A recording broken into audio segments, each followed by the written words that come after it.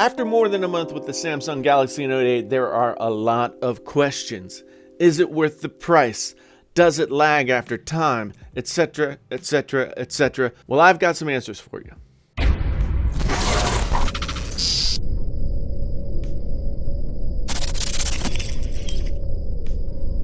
Hey folks, my name's Jason, sometimes known as the JTL. This is Painfully Honest Tech. If this is your first time here, thanks so much for stopping by. Please consider hitting the subscribe button if you want to hear more tech type stuff. And if this video resonates with you in any way, then maybe you'll consider giving it a thumbs up. I would appreciate it. I pre-ordered the Note 8 and I got it on launch day.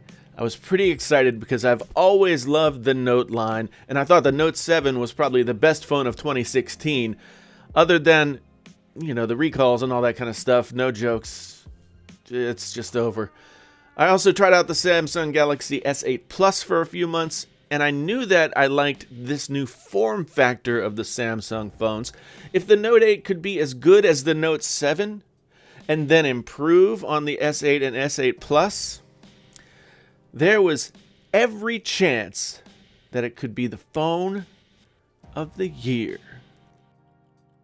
Let's see if it made it to those heights. Let's start off first by talking about the build. Once again, we have an all-glass front and an all-glass back, what Samsung likes to call its infinity display, because the picture on the screen just seems to drop off the phone into nothingness. It's a very cool effect. It can be a little bit of a pain in the rear end, too, when trying to hold the phone while watching content on the screen.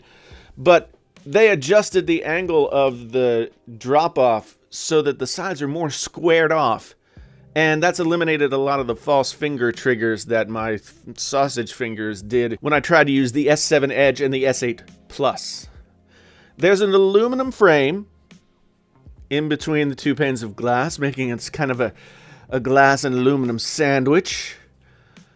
And on the midnight black model that I've got here, the colors blend seamlessly. It almost looks like some sort of liquid.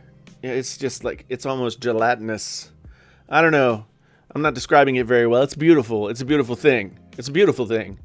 And so is the screen itself. We got a Quad HD Super AMOLED thing that picks up where Samsung left off with the S8 and the S8 Plus. I honestly don't think that there's a better display on any other phone out there right now. We haven't seen the iPhone X yet. Comes later this week.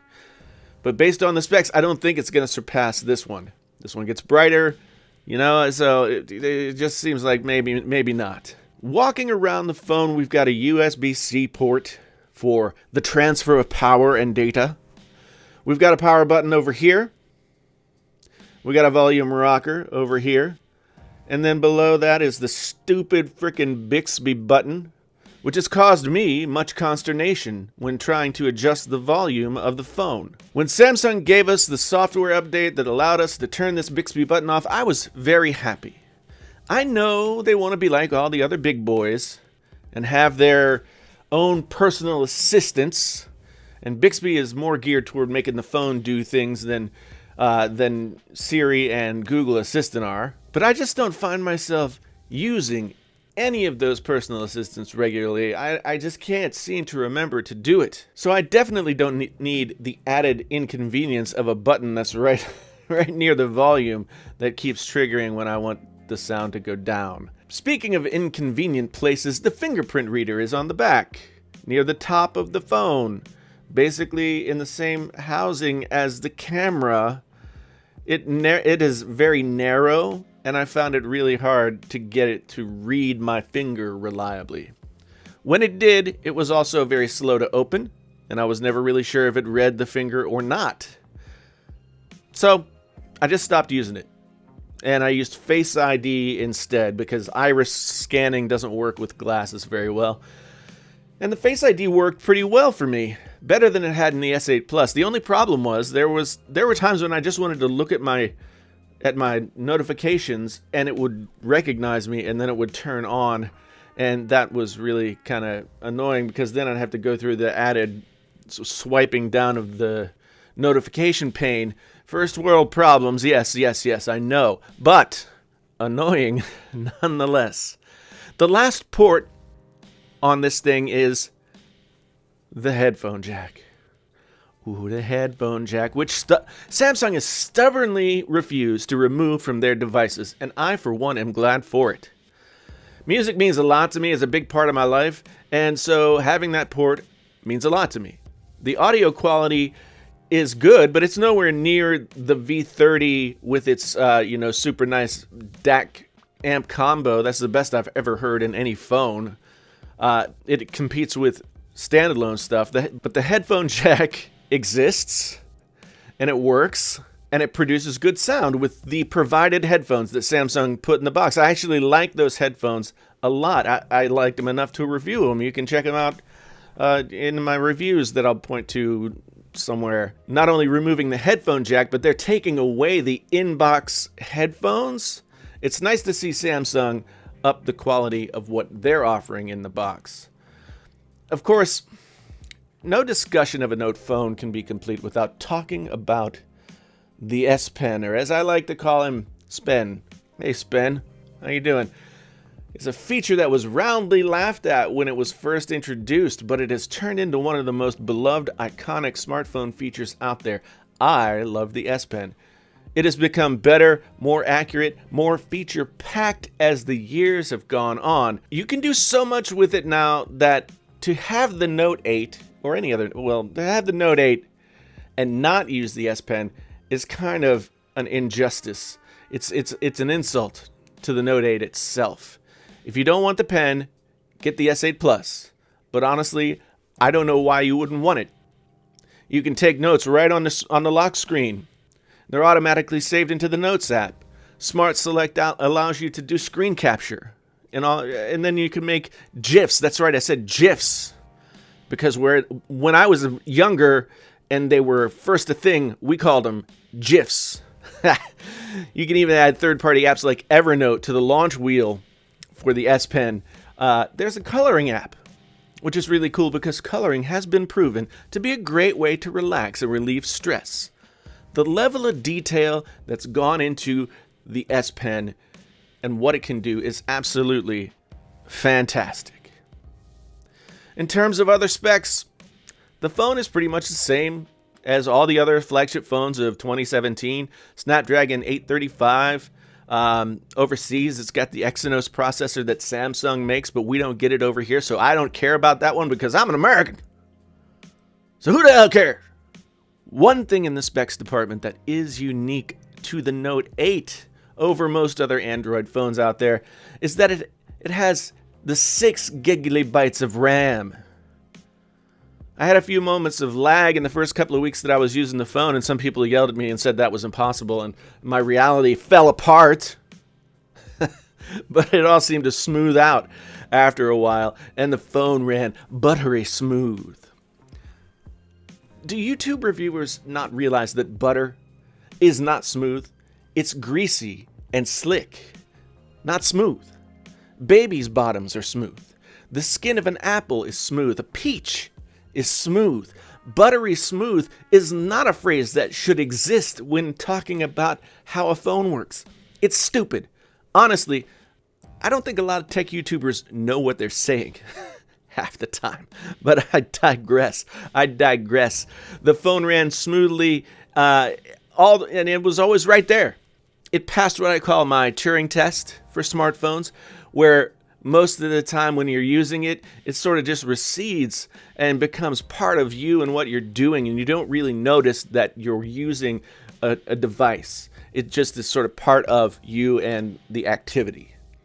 That's when you know a smartphone is doing its job, when you don't even have to think about using it. Let's talk about battery life. I was pleasantly surprised with the battery life on the Note 8. I was getting about 4 to 5 hours of screen on time, ending somewhere, sometimes below, somewhere around 15-20% at the end of the day. And I usually am a 6 to midnight kind of guy, because that's when I wake up and go to sleep. And that's pretty good for an Android phone. It's better than most that I've had. The V30's battery life was a little bit better, But the Note 8 was better than its predecessors for sure. And it has wireless charging, and it comes with a fast charging brick in the box along with headphones.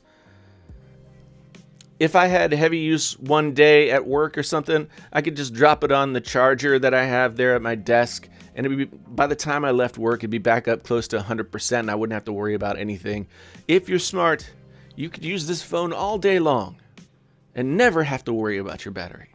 Let's cover a little bit about the camera. There's been a lot of talk about the cameras already, and I'm not really, somebody to know too much about cameras, but I will say this. Among the cameras that there are to have out there, this is maybe one of the best out there. Maybe it is the best. But that's really all subjective. What I like in pictures, you might not like. It might not be your thing.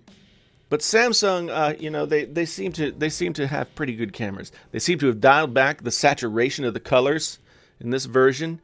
You can shoot 4K at 30 FPS, but they give you the 10-minute cap, which is like super annoying to me since I like to use my phones as sort of like B-roll cameras when I'm doing my videos, and 10 minutes is clearly not enough time.